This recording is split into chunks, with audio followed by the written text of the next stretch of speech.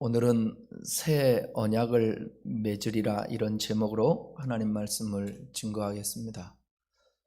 기독교 신앙에서 언약은 매우 중요합니다. 왜냐하면 성경의 내용이 하나님과 인간의 언약 관계를 다루고 있기 때문에 그렇습니다. 그리고 이 언약에는 우리가 Old Testament, New Testament에서 구약, 신약 그러잖아요. 그러니까 옛날의 약속, 한 말씀, 또 새롭게 약속해 주시는 말씀, 그게 성경이기 때문에 성경을 알기 위해서는 언약에 대해서 좀 우리가 잘 알아야 됩니다. 그리고 또 지금은 우리가 구약시대 때의 신앙생활 삶을 사는 것이 아니라 예수 그리스도가 이 땅에 오심으로 말미암아서 새 언약을 가지고 신앙생활을 하기 때문에 이 언약에 있어서 구약과 신약의 옛 언약과 새 언약에 대해서 여러분들이 이해를 하셔야 신앙생활을 잘 할 수 있고 성경을 토대로 하여서 신앙의 자유를 알 수가 있습니다.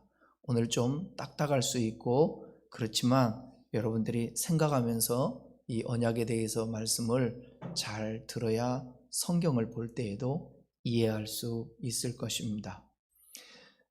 먼저 이 언약이라는 단어에 대해서 살펴보겠는데요. 이 언약이라는 단어는 히브리어로 메리트라는 단어인데 잘게 자르다, 먹다, 선택하다 그런 뜻에서 유래를 했는데 언약, 계약 그렇게 말하는데 고대 근동에서 언약을 할 때요, 언약식을 하잖아요. 언약을 하면 우리 계약을 하면 계약서를 쓰고 도장을 찍듯이 고대 근동에서는 언약을 할 때에 짐승 같은 희생물을 갖다 놓고요, 이를 희생물을 둘로 가릅니다. 잘라서 이게 자른다, 여기서 유래됐죠. 잘라서 그 사이를 언약 당사자들이 지나갑니다. 예를 든다면 송아지를 잡았다. 그럼 송아지 반을 잘라요. 그리고 나눠요. 그리고 그 사이로 지나가는 것입니다. 만약 언약 파기가 되었을 때는 언약을 했는데 이걸 파기한다. 그러면 이 짐승 같은 죽음을 면치 못할 것임을 서로가 확인한 데서 비롯된 말입니다. 그러니까 결국 이 언약은 생명을 담보로 한 엄숙한 약속임을 알 수 있습니다. 얼마나 이 성경에서 말하고 있는 언약, 성경이 쓰여질 당시에 고대 근동 지역에서 언약식은 생명을 담보로 하는 것과 같을 정도로 매우 중요했다는 것입니다. 이에 대한 실제로 성경 구절이 나오는데 이 에레미야 34장 18절에서 20절 말씀 보면 이 언약식에 대해서 말씀하고 있습니다. 함께 보겠습니다. 송아지를 둘로 쪼개고 그 두 조각 사이로 지나매 내 앞에 언약을 맺었으나, 그죠? 지금 언약식을 맺었어요. 하나님과 이스라엘 백성 사이에 언약식을 맺었으나 그 말을 실행하지 아니하여 내 계약을 어긴 그들을, 곧 송아지 두 조각 사이로 지난 유다 고관들과 예루살렘과 고관들과 내시들과 제사장들과 이 땅 모든 백성을 내가 그들의 원수의 손과 그들의 생명을 찾는 자의 손에 넘기리니 그들의 시체가 공중의 새와 땅의 짐승의 먹이가 될 것이라. 언약을 파기했을 때에 얼마나 무서운 일이 벌어지는지를 지금 말씀하고 있는데, 이게 하나님과 이스라엘 백성 사이에 언약했는데 이 약속을 백성이 파기를 해버린 것입니다. 언약은 흔히 개인이나 집단 사이에서 서로의 신뢰관계를 확증하는 차원에서 행해지는 일종의 약속이라고 그러죠. 이러한 의미를 갖는 언약에는 크게 두 종류의 언약이 있습니다. 하나는 뭐냐? 수평적인 언약. 수평적인 언약은 특정 개인이나 집단 또는 국가와 국가 사이에서 맺는 언약이에요.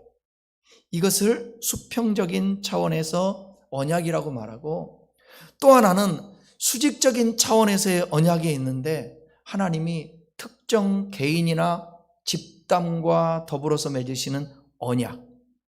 성경에는 이 두 가지가 다 언급되어 있습니다. 수평적인 차원에서는 쌍방합의하에 맺어지는 성격을 갖는다면, 수직적인 차원에서는 사람의 동의 여부 없이 하나님에 의해서 일방적으로 맺어지는 성격을 갖고 있습니다. 그렇다면 이거는 하나님의 일방적인 폭거 아닌가라고도 말할 수 있을 것입니다.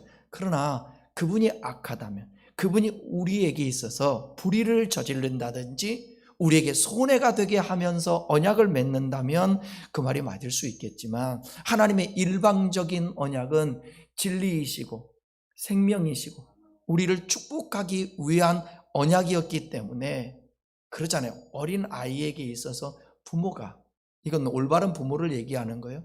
정상적인 일방적으로 약속을 하는 거예요. 왜 약속을 하죠? 그를 죽이기 위해서, 그를 고통스럽게 하기 위해서 아니라 그를 위해서, 살게 하기 위해서 언약하는 것입니다. 엄마하고 아빠하고 약속하자. 엄마 아빠 외출하고 돌아올 테니까 너 절대로 전기 코드 그거 손대지 말고 젓가락으로 구멍에 넣지 말고 약속을 하는 거야. 너 이거 파괴하면 안 돼. 혼날 거야. 혼내는 게 목적일까요? 걔를 살리는 게 목적일까요? 살리는 게 목적입니다. 그러니까 일방적이라고 해서 하나님의 폭거라고 생각하면 안 되죠. 성경에 보게 되면 수평적인 차원에 속한 그 언약이 있는데, 그건 예를 든다면 아브라함이 그랄 왕 아비멜렉과 맺은 어떤 언약들, 그 다음에 그 이삭의 아들 야곱이 삼촌 나반과 언약을 맺잖아요. 그 부인을 얻기 위해서.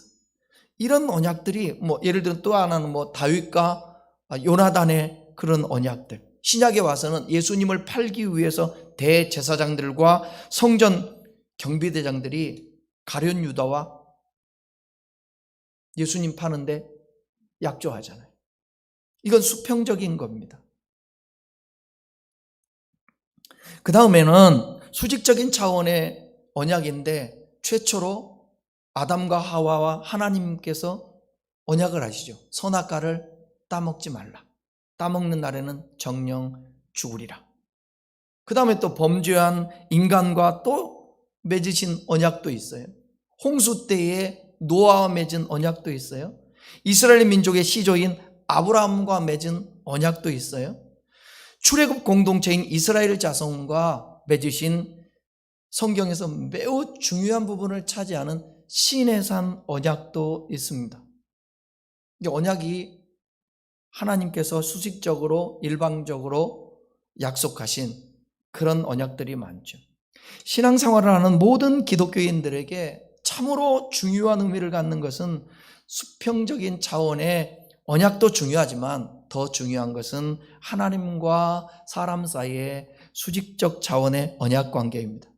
본문의 말씀은 수직적 언약에 대한 내용인데, 이 본문의 말씀을 신약 성경에요, 히브리서의 설교를 준비하면서 찾아보니까 히브리서 8장에 보면 새 언약의 대제사장이신 예수님에 대해서 설명하는데, 이 본문을 그대로 예레미야 33장 31절로 이하의 말씀을 그대로 히브리서 8장에 가면 인용한 것을 볼 수가 있습니다.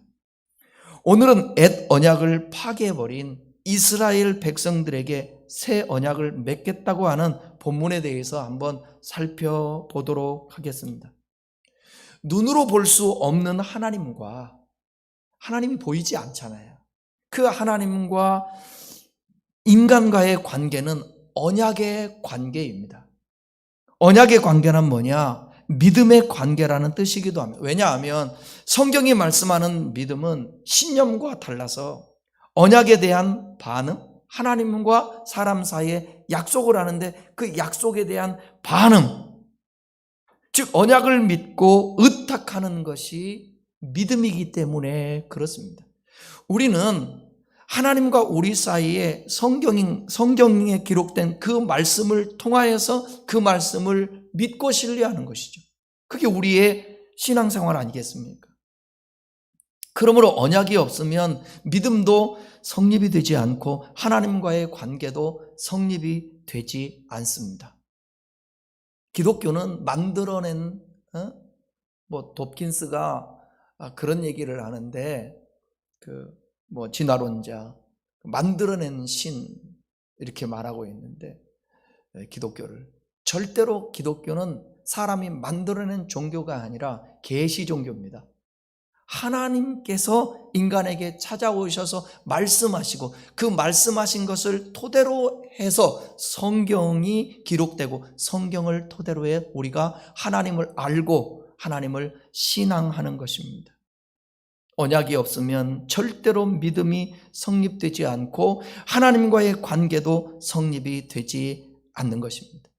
본문으로 들어가겠습니다. 31절을 다 같이 한번 보겠습니다. 여호와의 말씀이니라. 보라, 날이 이르리니 내가 이스라엘 집과 유다 집에 새 언약을 맺으리라. 이게 미래적인 말씀이죠. 하나님이 말씀했어요. 날이 이를 것이다. 그때가 언제인지는 이들은 그 당시에 이 에레미야서에 기록될 그 당시는 알지를 못해요. 그러나 날이 이를 것이다. 그래서 내가 이스라엘 집과 유다 집, 이스라엘 북이스라엘과 남유다 통틀어서 그냥 이스라엘이라고 말하는 거예요. 새로운 언약을 맺겠다 이렇게 말해요. 유다 백성들이 하나님과의 언약을 파기했기 때문에 나라가 망해버렸어요. 하나님이 분명히 하나님과 이스라엘 백성 사이에 출애굽 이후에 약속을 했거든요. 가나안 땅에 들어가게 했거든요. 나라가 없었을 때 나라를 줬거든요. 그런데 그들이 하나님 말고 우상을 섬기면서 주님과의 약속을 파괴해버렸습니다. 그러므로 인하여서 그 대가로 뭐냐? 아까 우리 성경 읽었잖아요. 짐승을 넣고 쪼개 약속해서 파괴했을 경우는 이렇게 죽는 거야. 이스라엘 백성들이 바벨론으로 포로에 잡혀가서 수많은 고통을 당하게 되었습니다.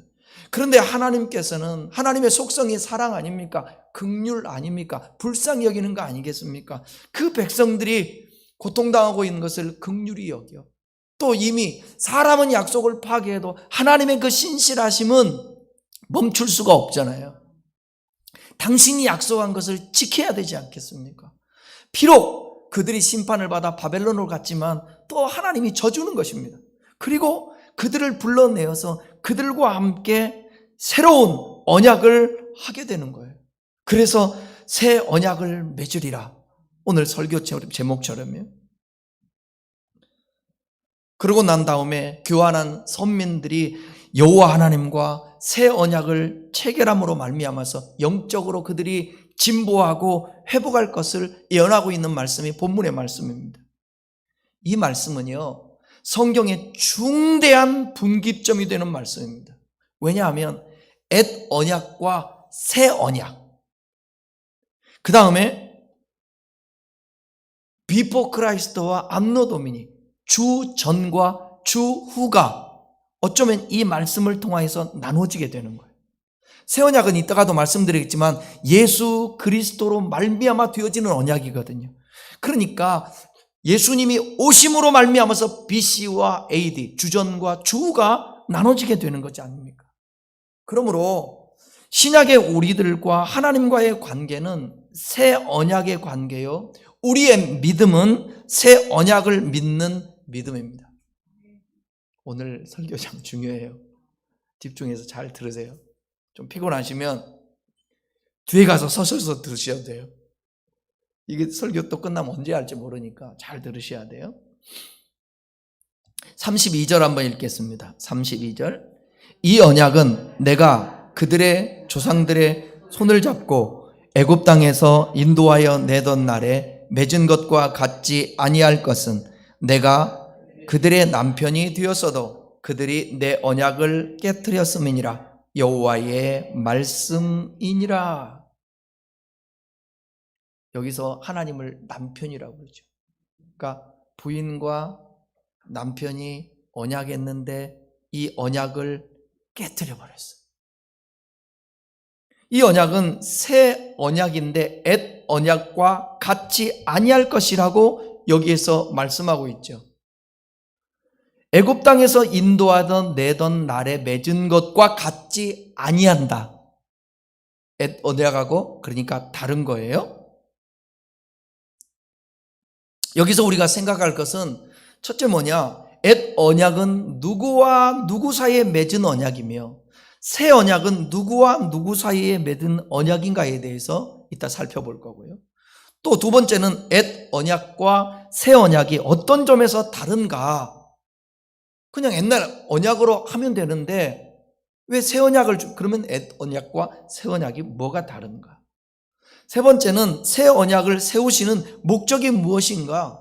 이 점을 우리가 올바로 알아야 새 언약의 성도로서 오늘 신앙생활을 잘할 수 있고 하나님에 대해서 바로 알고 구원에 대해서도 바로 알 수 있다는 것입니다.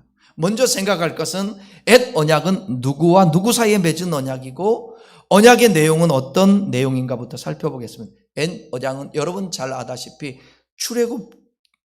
출애굽한 이스라엘 백성들이 3개월째쯤 되었을 때에 시내 산에서 세워주셨습니다. 왜냐하면 바로의 노예였던 자들이 이제 6월절 어린 양의 피로 구속함을 받았잖아요. 하루아침에 이젠 신분이 옛날에 노예에서 하나님의 백성으로 바뀌었어요. 그래서 노예 근성에 젖어 있던 자들로 하여금 그들에게 하나님의 백성답게 살아가게 하기 위하여서 새로운 언약을 모세를 통하여서 준 거예요. 이것을 뭐냐? 애굽식 가나안 땅에 들어가서 살 가나안식 그거 말고 하나님이 시내산에서 준 언약, 말씀, 하나님의 식, 하나님의 방법, 하나님의 뜻대로 살으라고 주면서 언약했다라는 것입니다. 여러분, 법이 없으면 무법천지가 되잖아요. 그래서 하나님이 시내산에서 언약을 한 거예요. 그러면 이 언약의 내용이 뭔가? 출애굽기 24장 7절로 8절 한번 보겠습니다. 언약서를 가져다가 백성에게 낭독하여 듣게 하니, 이제 모세가 시내산에서 언약을 받았잖아요. 예를 들면 십계명 같은 경우 십계명 받았잖아요. 그 언약을 듣게 하니 그들이 이르되 여호와의 모든 말씀을 우리가 준행하리. 이것은 하나님이 율법을 주시고 말씀을 주시고 이스라엘 백성은 뭐라고 지금 답하고 있는 거예요? 우리가 준행하리라. 이게 언약이 된 거예요. 이게 8절에 모세가 그 피를 가지고 백성에게 뿌리며 이르되 이는 여호와께서 이 모든 말씀에 대하여 너희와 세우신 언약의 피니라. 짐승을 잡아서 피를 뿌리면서 언약했다. 피는 생명 아닙니까? 너는 반드시 언약했으니까 이거 지키지 않으면 죽는 거야. 앳 언약은 하나님과 출애굽한 백성 사이에 맺은 언약이었고 내용은 뭐냐? 우리가 그 말씀대로 준행하겠습니다. 그래서 행위 언약입니다. 나는 행할 것이라. 그렇다면 여러분은 새 언약은 누구와 누구 사이에 맺은 언약인지 알 수 있겠습니까? 히브리서 9장 15절에 보시면 예수 그리스도를 새 언약의 중보자라고 말씀합니다. 히브리서 9장 15절부터 보겠습니다. 15절 보겠습니다. 이로 말미암아 그는 새 언약의 중보자이더니 이는 첫 언약 때에 범한 죄에서 속량하시려고 죽으사 부르심을 입은 자를 하여금 영원한 기업의 약속을 얻게 하려 하심이니라. 네, 하나님과 시내산에서 언약했던 이스라엘 백성들이 이 언약, 앳 언약이라고 새 언약 때문에 앳 언약이라고 할게요. 이 앳 언약을 파기해 버리니까 하나님은 새 언약을 주셔서 그 새 언약은 누구로 말미암아? 예수 그리스도로 말미암아 다시 언약하고 우리에게 생명 기업을 주었다는 것입니다. 이것을 디도서 2장 5절에도 이렇게 말씀합니다.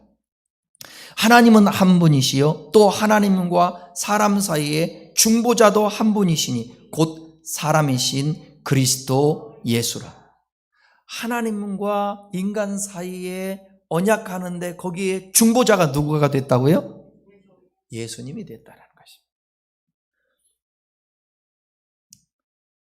이것을 다시 말하면 예수님은 하나님과 우리 사이에 중보자가 되시기 위하여서 하나님이시면서 동시에 사람이 되셨다라고 그렇게 말씀하고 있습니다. 그러면 중보자의 역할이 뭔가? 중보자의 역할이, 주님은 마태복음 20장 28절에서 이렇게 말합니다. 인자가 온 것은 섬김을 받으려 함이 아니요 섬기러 왔고 도리어 자기 목숨을 많은 사람의 대속물로 주려 함이니라. 여기 대속물이 되시는 것, 이것이 중보자의 사명인 것입니다.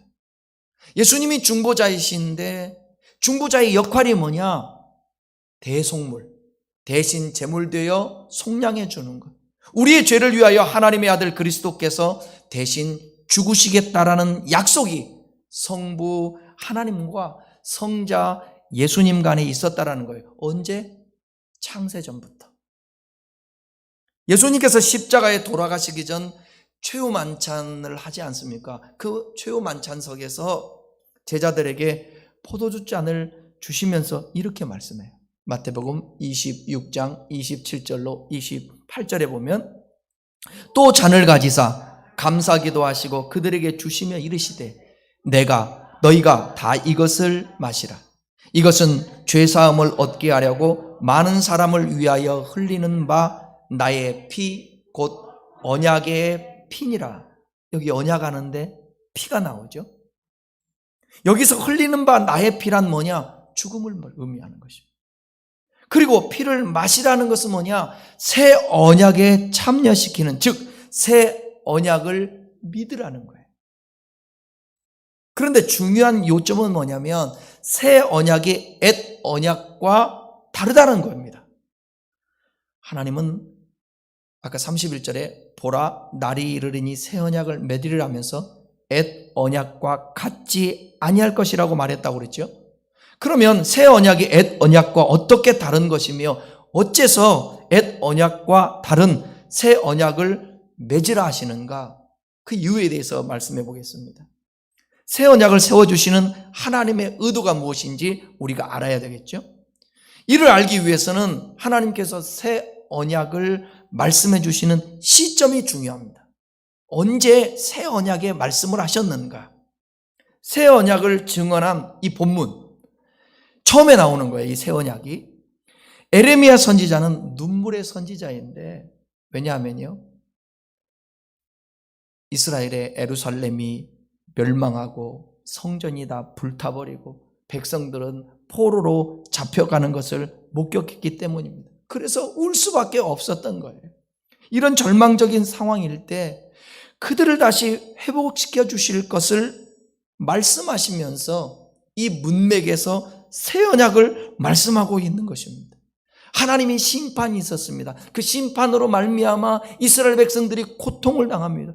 그 고통을 보면서 에레미야는 눈물을 흘리고 있습니다. 그런데 그 눈물을 흘리고 있는 이 에레미야를 향해서 하나님이 말씀해 주는 거예요. 전에 맺었던 언약을 너희들이 어겼지만 이제 다시 너희가 바벨론 포로에서 돌아오게 되면 내가 새 언약을 너희에게 주겠다. 이런 거예요. 그러면 옛 언약과 새 언약이 어떻게 다른 것인지 살펴보겠습니다. 첫째는 뭐냐면 언약의 중보자가 다르다는 거예요. 옛날의 언약은 모세를 중보자로 세운 그런 언약이었어요. 새 언약은 뭐냐? 하나님의 아들 예수 그리스도를 중보자로 세운 언약이라는 것입니다. 이를 가리켜 히브리서 8장 6절에서는 그를 더 좋은 약속으로 세우신 더 좋은 언약의 중보자라고 말하고 있어요. 더 좋은 약속, 더 좋은 중보자. 또 다른 점은 뭐냐? 언약의 피가 다르다는 거예요. 중보자가 다르고 피가 달라요. 옛 언약은 짐승의 피로 세웠어요. 새 언약은 마태복음 26장 28절 이렇게 말씀해요. 이것은 죄사함을 얻게 하려고 하는 사람들을 위해 흘리는 바 나의 피 곧 언약의 피니라. 하나님의 아들의 피로 세웠다는 점이 다른 거예요. 다시 상기시키면서 강조합니다. 흘리신 바 나의 피란 우리의 죄를 대신하여 죽으셨다라는 대속적인 죽음을 의미합니다. 이제는 짐승의 피가 아닙니다. 하나님의 아들 예수 그리스도의 피입니다. 옛 언약은 짐승이 죽었으나 새 언약은 하나님의 아들이 우리의 죄를 대신하여 죽으셨다라는 점을 우리는 잊어서는 안 된다는 것입니다. 또 다른 점은 뭐냐? 옛 언약은요, 이 중요한 부분이에요.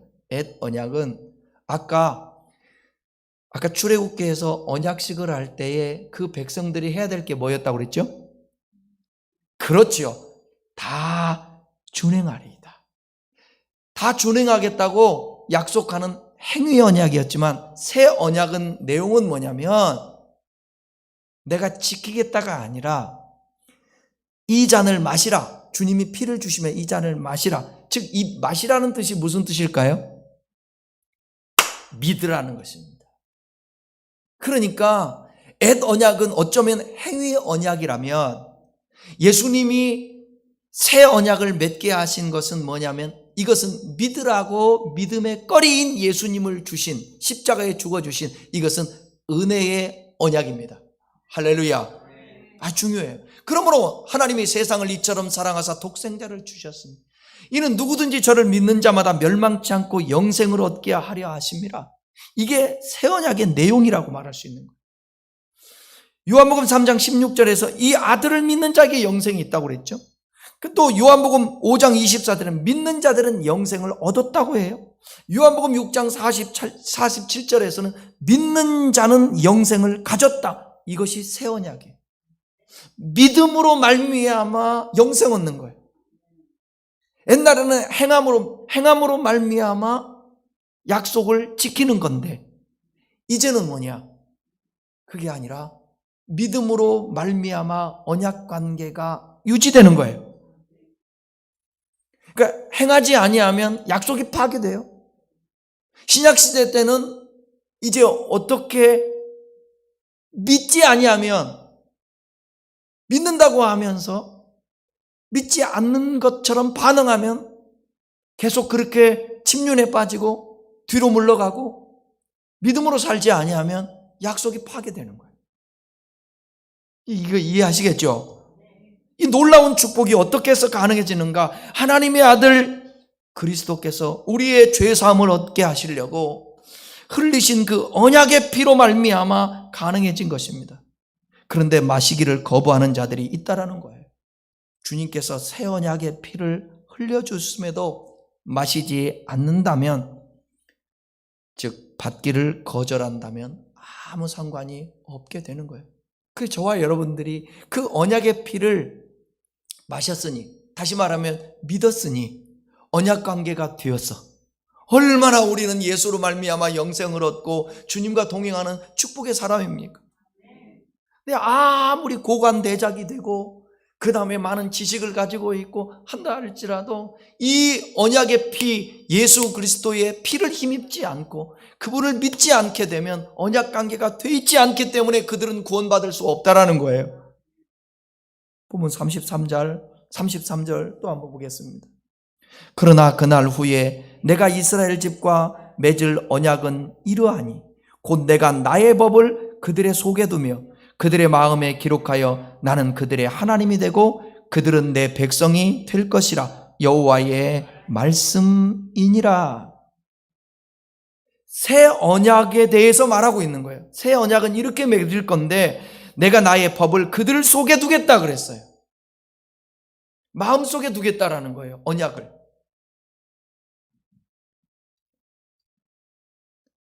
옛 언약은 어디에 기록되어 있었죠? 돌에 기록되어 있었어요. 그런데 새 언약은 나의 법을 그들의 속에 두며 그들의 마음에 기록하겠다고 얘기하고 있는 거예요. 33절은 그러나로 시작합니다. 그러나. 이는 돌비에 기록한 옛 언약으로는 깨트렸으나 그러나 마음에 기록하는 새 언약에 해답이 있다. 옛 언약을 파기해서 옛 언약으로는 이제 안 된다는 거예요. 그래서 새 언약을 주어서 그것이 답이 되게 하겠다는 것입니다. 여기서 두 가지 질문을 할 수 있습니다. 첫 번째 질문은 뭐냐면 우리들의 마음에 새 언약을 누가 기록하느냐 이거예요. 중요하죠? 새 언약을 우리의 마음에 기록하는데 누가 그렇게 기록하냐고, 이에 대해서 사도 바울은 성령께서 기록한다고 고린도후서 3장 3절에서 이와 같이 말씀하고 있습니다. 이는 먹으로 쓴 것이 아니요 오직 살아계신 하나님의 영으로 쓴 것이며 또 돌판에 쓴 것이 아니요 오직 육의 마음판에 쓴 것이라. 이 마음판에 쓰는데 먹으로 쓴 것이 아니라고 그랬죠. 오직 살아계신, 누구로 말미암아 썼다고요? 하나님의 영으로 썼다라는 겁니다. 하나님의 영. 두 번째 질문은 뭐냐? 새 언약을 성도들의 마음에 기록한다는 것이 구체적으로 어떤 의미인가? 그것이 분명해지죠. 새 언약이 마음에 기록이 되었다라는 것은 복음을 진심으로 믿는 것을 의미합니다. 예수를 받아들이고 믿는 것을 말합니다. 그리고 이런 믿음은 누가 주신다고요? 성령이 주신다라는 거예요. 성령이 주신다는, 그것을 마음에 기록한다라는 겁니다. 여러분, 고린도전서 12장에 보게 되면 성령으로 아니하고서는 예수 그리스도를 주라 고백할 수가 없다라는 거예요. 그러니까 여러분들이 예수님이 주라고 고백하시나요? 그러면 그 누가 고백하게 한 거예요? 성령님이. 그 다음에 그 성령님이 어디 계시는 거예요? 내 안에 계시는 거예요. 그 성령님이 기록했다는 거예요. 하나님이 새 언약을 너의 마음에 두고 기록하겠다라는 거, 성령이 내 안에 오셔서 예수를 고백하게 하겠다라는 것입니다. 이것을 성경에 로마서 5장 5절에서 이렇게 말씀하고 있어요. 우리에게 주신 성령으로 말미암아 하나님의 사랑이 우리 마음에 부음바 됨이니. 중요한 말이죠. 요약하면 새 언약이 마음에 기록이 되었다는 것은 하나님의 사랑이 온전히 이루어진 것이요, 하나님의 사랑이 마음에 부어졌다는 거예요. 그러니까 여러분들, 새 언약이 마음에 기록됐다는 건 뭐냐면 하나님의 은혜를 알았다는 거예요. 하나님의 사랑을 알게 됐어요. 그 사랑으로 우리가 예수 믿게 되고 그 사랑의 증거가 예수님이다. 이것이 믿어지는 사람은 이미 여러분 안에 이제 새 언약, 이 마음에 기록된 거예요.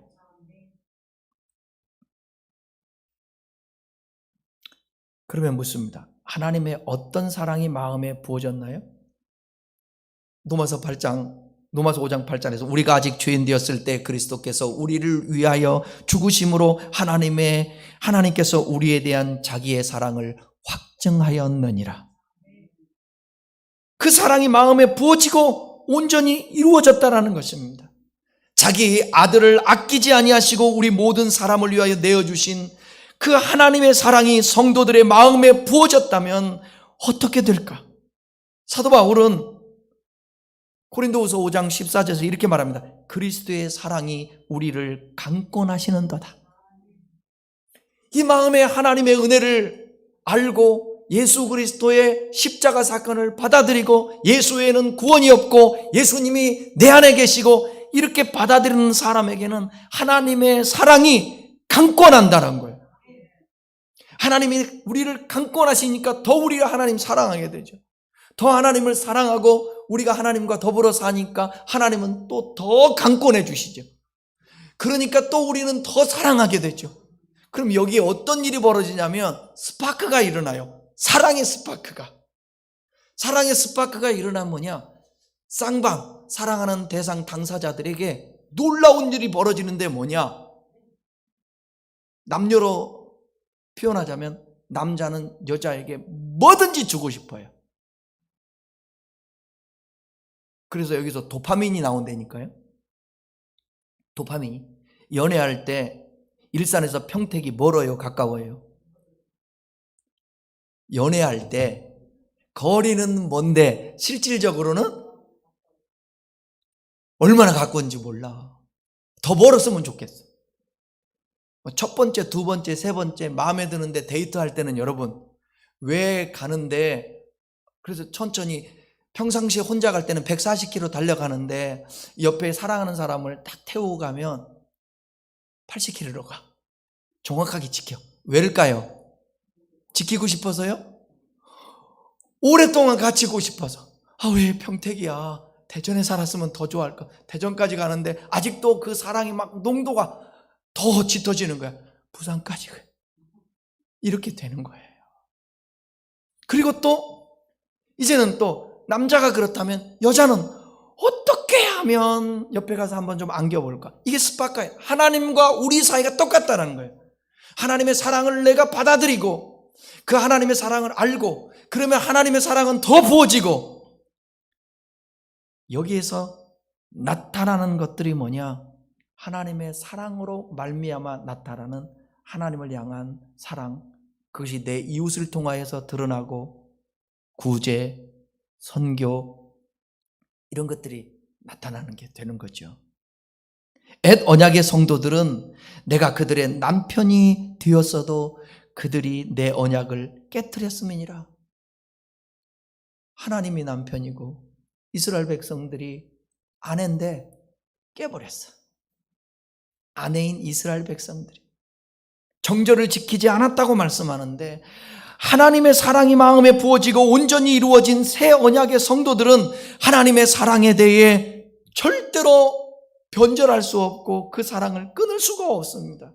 나를 위해 대신 죽어주신 주님, 그래서 고백하는 거예요. 바울처럼 사나 죽으나 내 모든 것이 주의 것이다. 먹든지 마시든지 다 주를 위해서 한다. 그러며 순교자적인 신앙을 갖게 되는 것입니다. 이처럼 변화된 자들이 새 언약의 성도가 되는 거예요.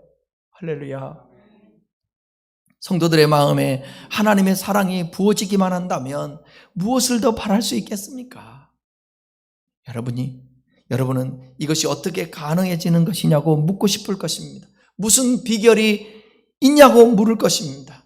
그것은 설교하는 이 설교자가 하나님의 사랑의 결정체인 이 새 언약에 대해서 또 예수 그리스도라는 복음에 대해서 설교를 할 때, 전해줄 때 성령께서 듣는 자에게 믿음을 주시고 거듭나게 해주시고 새 언약을 마음에 기록하게 하시고 하나님의 사랑을 마음에 부어주시는 것입니다. 그러니까 여러분이 할 것은 뭐냐? 성경을 많이 보는 거예요.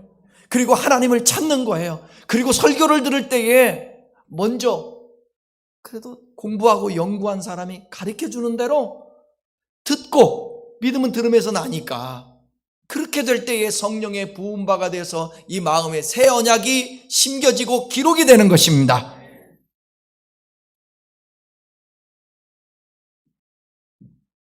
부탁한다면 주일에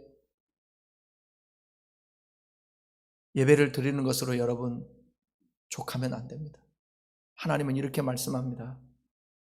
이 백성이 입술로는 나를 존경하나 마음은 내게서 멀도다. 예배는 드리는데 하나님에게서 멀다라는 겁니다. 절대로 이 마음에 새 언약에 하나님의 성령의 그 마음이 심겨지지 않아요. 그러면 잠언 23장 26절에서는 내 아들아 내 마음을 내게 주라. 하나님은요 우리의 마음을 당신에게 주라는 거예요. 너희의 마음을 내게 주라. 그래서 하나님이 인간에게 가장 엄숙하고 중엄하게 하신 말씀이 뭐냐면 너는 마음을 다하고 뜻을 다하고 성품을 다하고 목숨을 다해서 주 너희 하나님을 사랑해라. 네 마음 좀 달라는 거예요. 여러분 천하 만물 모든 것을 창조하신 그 하나님이 뭐가 부족해서 마음 좀 달라. 내 마음 좀 달라. 우리 자식 키우면서 그러지 않아요?